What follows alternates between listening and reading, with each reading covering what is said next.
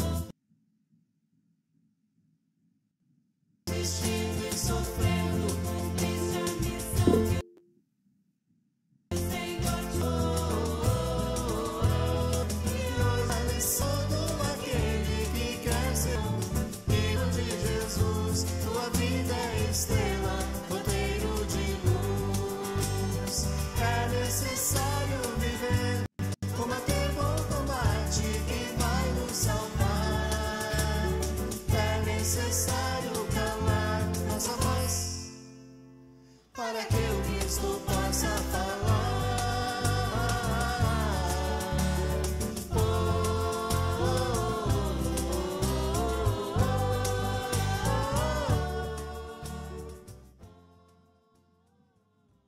Olá, sejam todos muito bem-vindos a mais um vídeo da série sobre as personalidades do cristianismo e do espiritismo. E para o encontro de hoje temos como convidados dois participantes do movimento espírita de Cachoeirinha, o diretor administrativo da UME Cachoeirinha e o presidente da UME Cachoeirinha.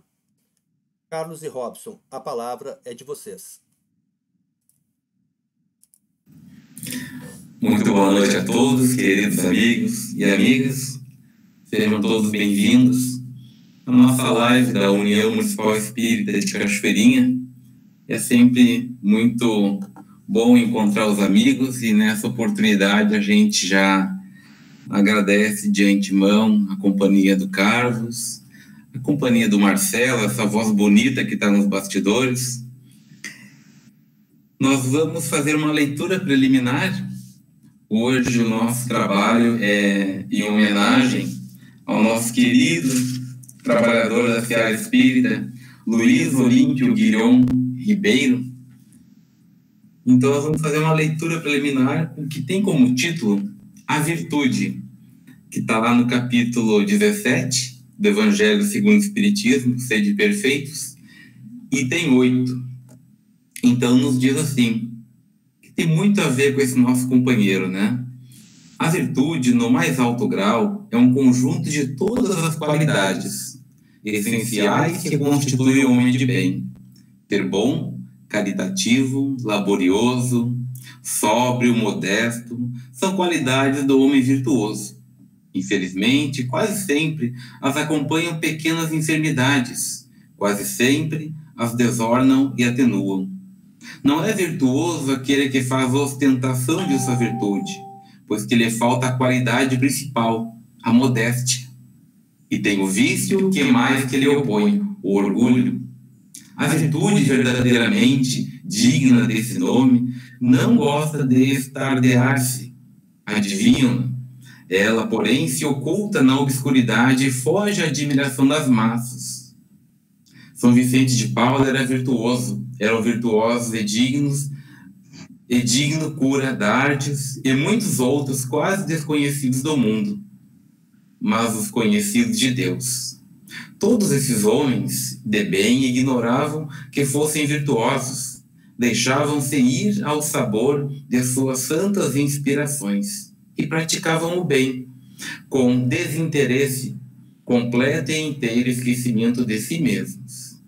A virtude, assim compreendida e praticada, é o que vos convido, meus filhos, a essa virtude verdadeiramente cristã e verdadeiramente espírita.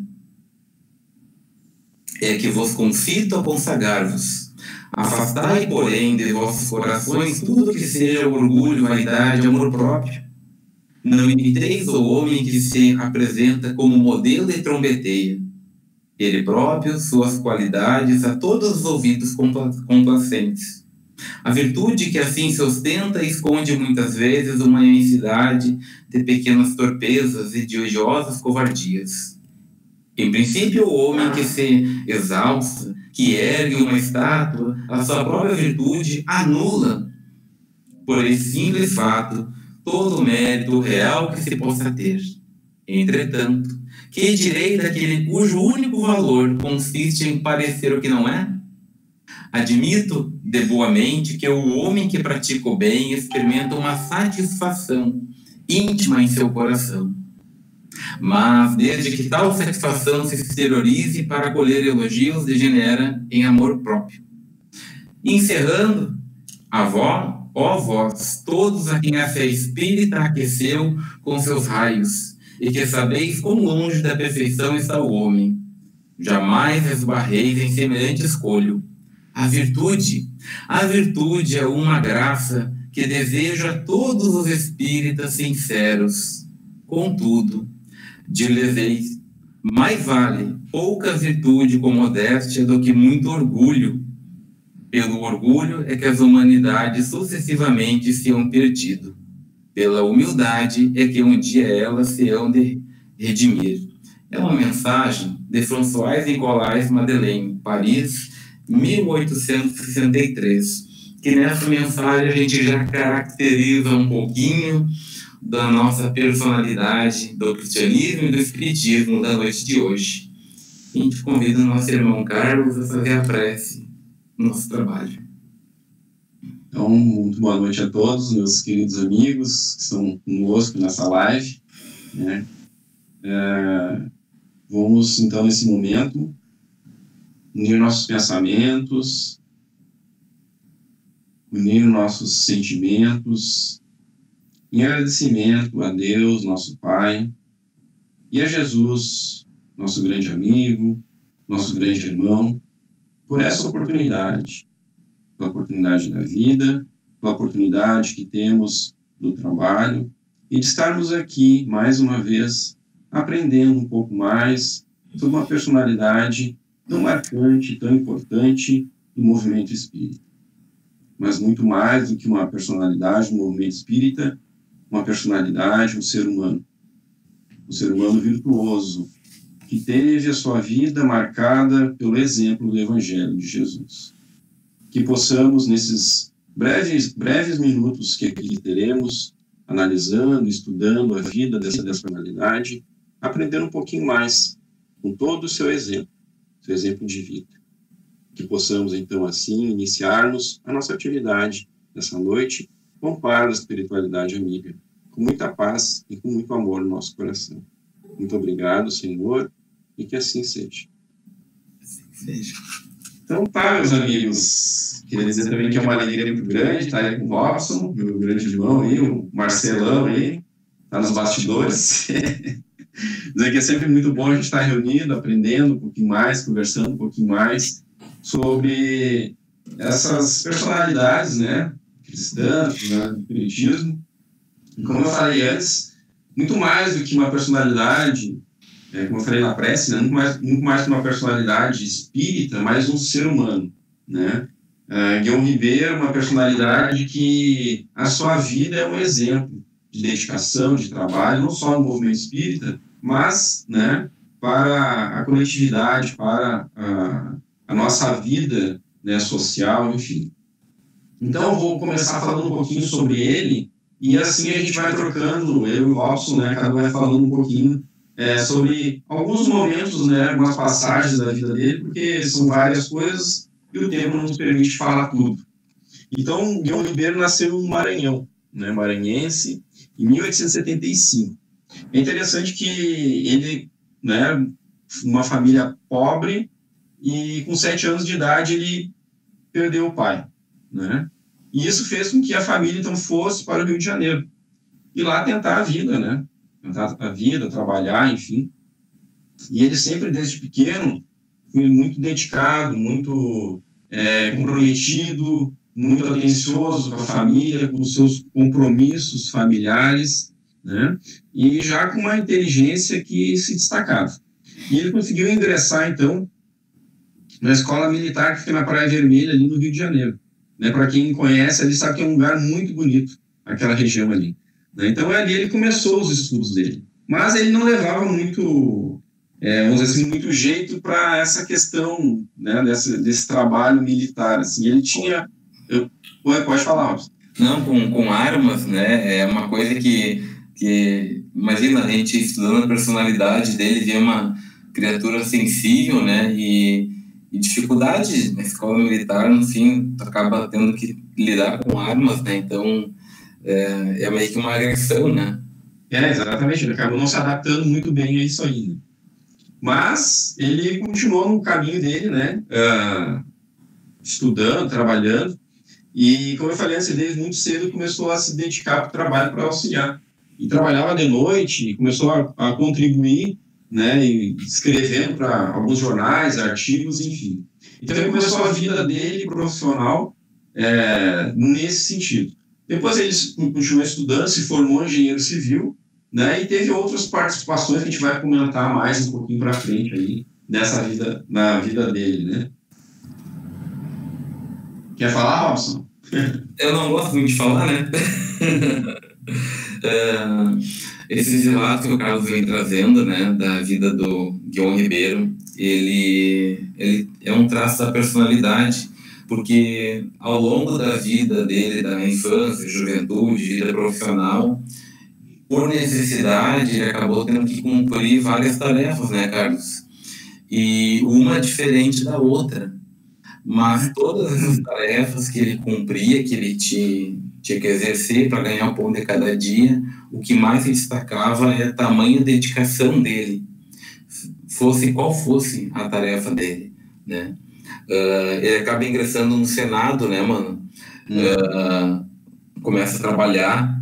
Ele tinha uma escrita, uma oratória muito boa, né? Ele fazia muitas correções de texto. E ele começou a trabalhar no Senado na época. Na época, vocês sabem, né, que a nossa capital era Rio de Janeiro, né? Então, e trabalhando no Senado, ele teve contato com nada mais, nada menos que Rui Barbosa, né? E, Carlos, não sei se tu gostaria de ler o comentário, a homenagem que o Rui Barbosa fez a Guion Ribeiro. Posso fazer sim. Rui Barbosa, né, talvez eu não saiba, mas foi uma personalidade extremamente importante, político, foi diplomata, né, enfim, uma pessoa grande, né, foi presidente da Academia Brasileira de Letras, enfim, um homem com uma capacidade muito grande. E ele diz assim, né, que o Guion Ribeiro auxiliava, ele trabalhou na Secretaria do Senado e auxiliava o Rui Barbosa nos escritos, enfim. E Rui Barbosa, então, diz o seguinte lá, faz um pronunciamento, né, público, quando ele faz um elogio ao Guion Ribeiro, ele diz assim: o respeito que devemos nós, todos aqueles que escrevem ao público e a nós mesmos, esse respeito nos impõe um maior cuidado até os últimos momentos. Nenhum bom escritor pode confiar absolutamente, exclusivamente nos próprios. Deve, entretanto, senhor presidente, desempenhar-me de um dever de consciência, registrar e agradecer da tribuna do Senado a colaboração preciosa do senhor doutor Guion Ribeiro, que me acompanhou nesse trabalho com a maior inteligência, não limitando seus serviços à parte material do comum dos revisores, mas muitas vezes suprindo até as desatenções e negligências minhas. Então, um grande elogio, né, para uma personalidade que contribuiu bastante aí, né, para a nossa nação também. Esse trabalho que a nossa UME vem desenvolvendo de personalidades do cristianismo e do espiritismo, a cada semana a gente conversa com os companheiros da nossa direção da UME, trabalhadores de casas espíritas, a gente se surpreende porque a gente vai descobrindo valores de trabalhadores do movimento espírita de longínqua idade e que muitos a gente acaba copiando, né, traços e atitudes e palavras, e a gente não sabia de onde que vinha e de onde que vem, e são de criaturas como essas que a gente vem abordando. Por exemplo, muitas pessoas não sabem que as obras básicas foram traduzidas pelo Guion Ribeiro. né? A gente voltou aqui com o Evangelho segundo o Espiritismo, né? Esse daqui até foi feito uma homenagem da Federação Espírita Brasileira ao aniversário da Federação Espírita do Rio Grande do Sul, né? E se a gente vai ver, lá no início do livro, tem ali o tradutor, o nosso querido amigo Guion Ribeiro. Ó. Então, é importante a gente fazer essas indicações, porque nem todos têm obrigação de saber dessa informação, mas é um espírito que a gente está trazendo uma pequenina partícula de toda a história dele e que faz parte de todos os dias da nossa vida, porque todos os dias a gente manuseia as obras básicas, né?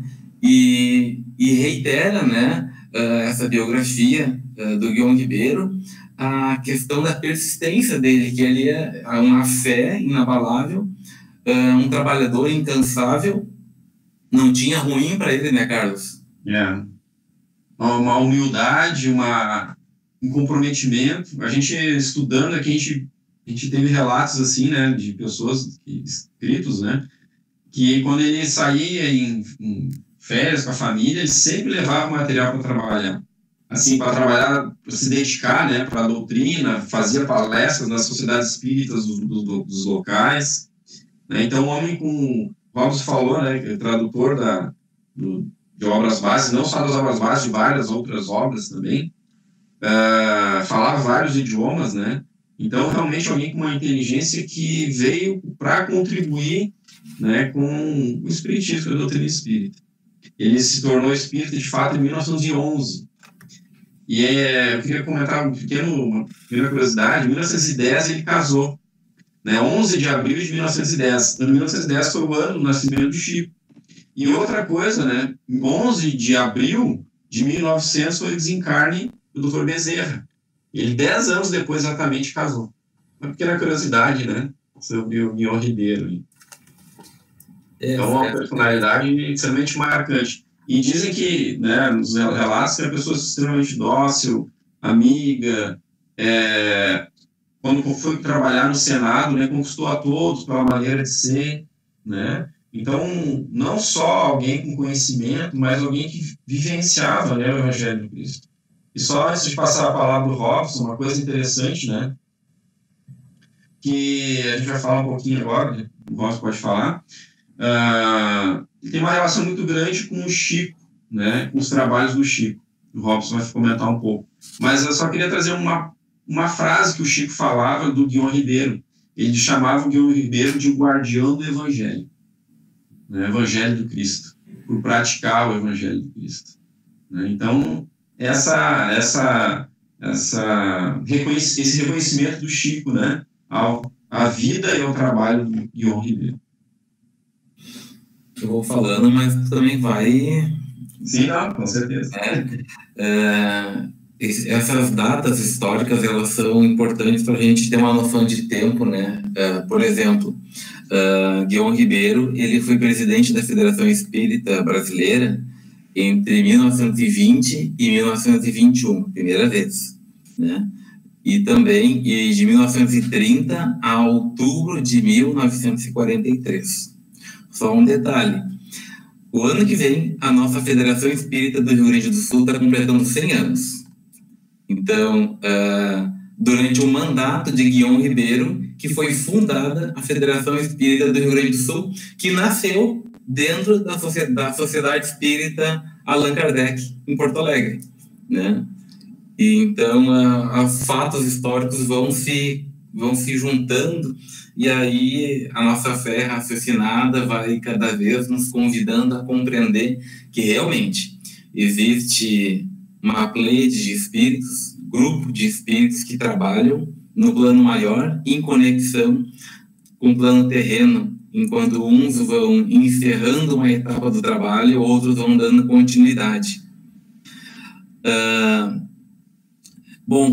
Ele também foi, por estar presidente da Federação Espírita Brasileira, ele também foi diretor da revista Reformador, publicando inúmeros artigos e muitos outros órgãos de imprensa espírita também.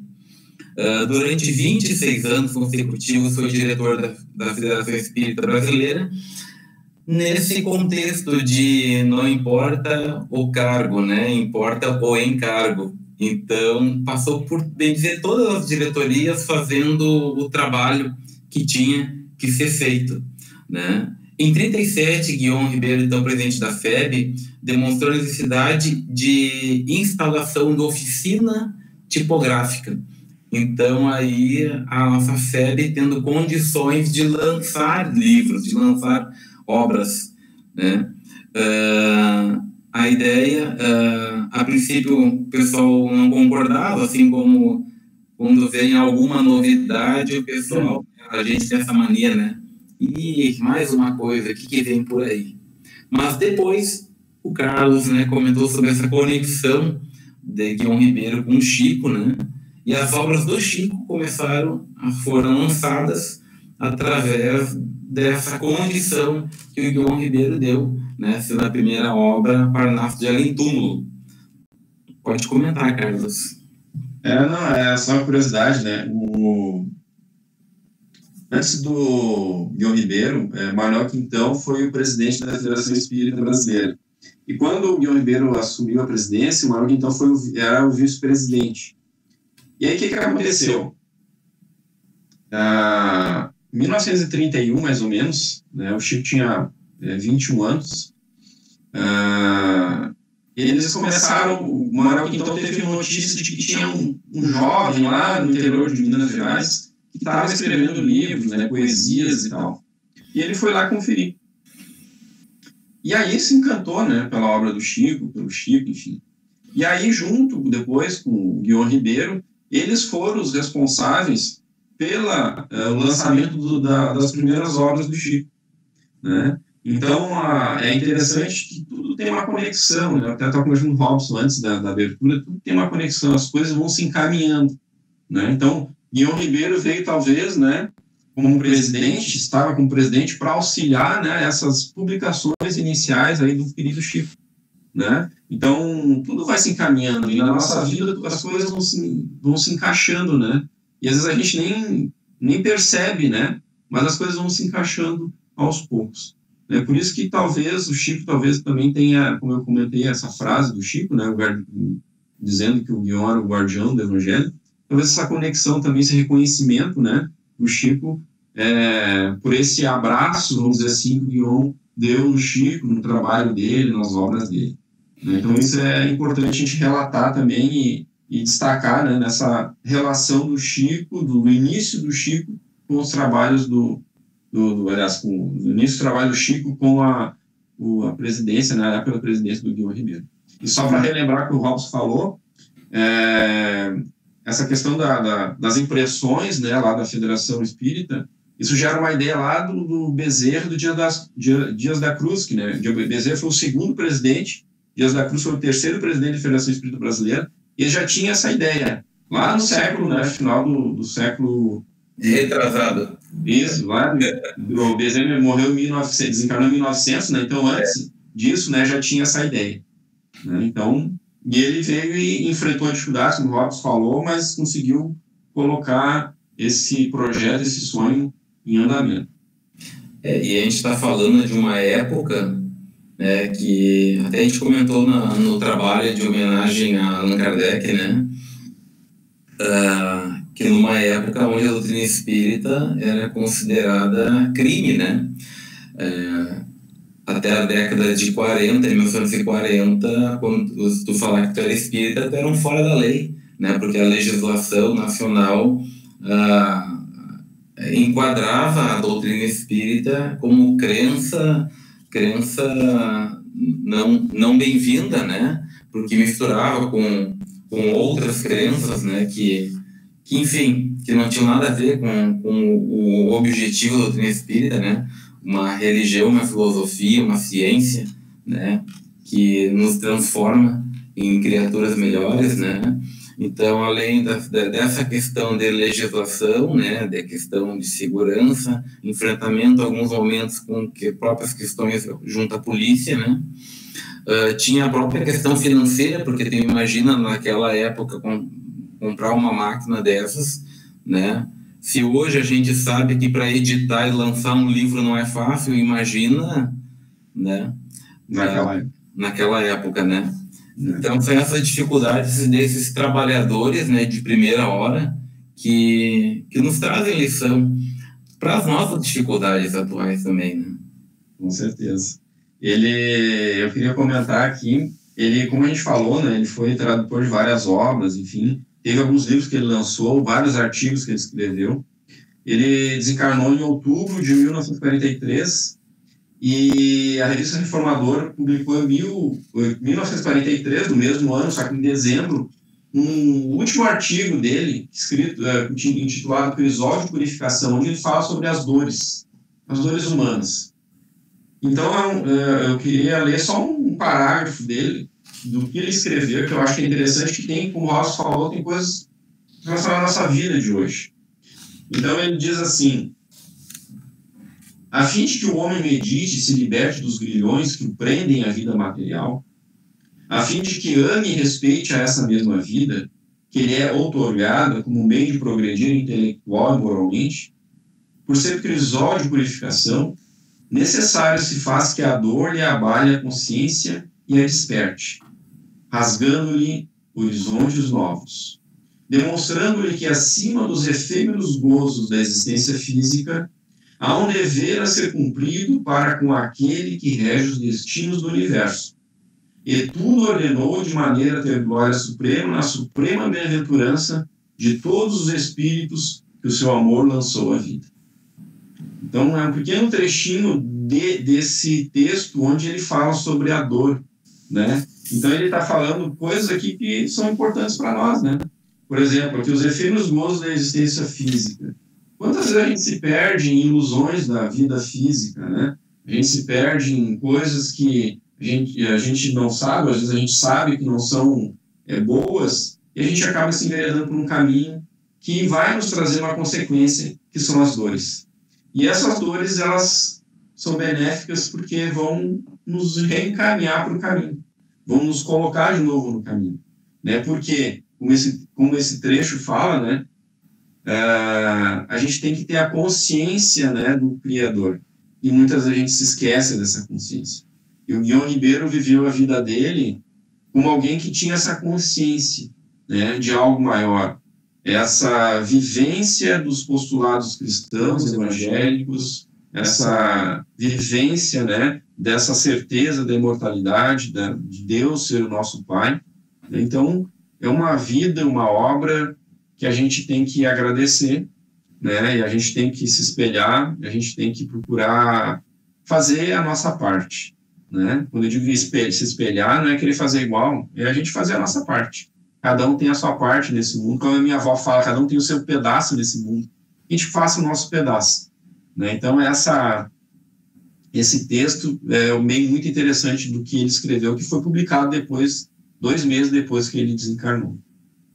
A gente fazendo essa releitura de companheiros que passaram por aqui, como Guion Ribeiro, como Bezerra, Chico. A gente tem a sorte de estar sendo contemporâneo de Edivaldo, né? A gente consegue ver a caminhada dele. Mas se a gente tem um olhar romântico, a gente imagina, essas criaturas fizeram o que fizeram porque tinham todas as condições de espaço, tempo, temperatura a favor. E aí a gente começa a mergulhar na biografia deles e a gente vê quantas dificuldades passaram, né? Bezerra teve 9 filhos, 4 desencarnaram, né? Guion Ribeiro teve 5 filhos, em nenhum momento na vida sobrou dinheiro, em nenhum momento ele pensou, quando eu me aposentar vou me entregar à doutrina espírita. Não, conquista do pão físico e conquista do pão espiritual simultaneamente, né? O próprio Kardec, né? Quantas vezes ele quebrou financeiramente falando, né? Mas é aquilo que o próprio Guion Ribeiro nos alerta, né? Que a gente ter bons propósitos, bons objetivos de vida, e a espiritualidade vai nos apoiando nesses bons propósitos. E acho que este é o grande legado que a doutrina espírita deixa para nós, de que a gente vai estar sempre escolhendo as nossas companhias, tanto espirituais quanto terrenas, porque se a gente se propõe a fazer o trabalho no bem, sabendo que nós somos absolutamente imperfeitos, uma hora ou outra, de maior ou menor necessidade, vão aparecer alguns companheiros que vão nos pegar a nossa mão, pegar o nosso ombro, vão nos auxiliar a caminhar, né? E o que parece absolutamente difícil e complicado se torna factível, né? Então é muito bom, é muito prazeroso, né? Poder estudar esses companheiros, compartilhar um pouquinho da vida deles e dividir esse momento com dois queridão que estão aí, né? O Marcelo e o Carlos, né? É verdade, né? Essa questão do Robson falou da amizade, né, das companheirismo, né? Só para encerrar minha parte aqui, porque nós já estamos estourando o horário, muita coisa para falar em pouco tempo, né? Realmente é uma característica assim, interessante também.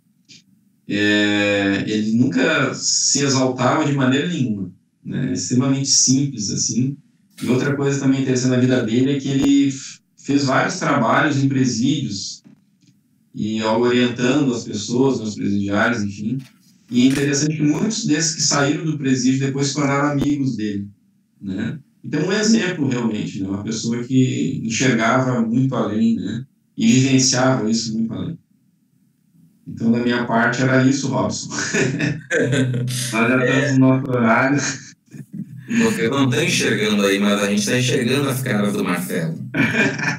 Eu queria, então, para passar para o Robson, antes de passar, eu queria agradecer a todos, né, que acompanharam com a gente aí a nossa live, dizer que é sempre uma alegria muito grande a gente poder estar dividindo esses momentos de aprendizado, de podermos estar tendo a oportunidade de estudar, né, personalidades tão marcantes assim, que não só espíritas ou cristãs, mas personalidades que nos dão exemplos de vida, né, acima de qualquer coisa. Então, meu grande abraço a todos, uma boa noite, e a gente se vê por aí, né? Muito obrigado a todos. Hein?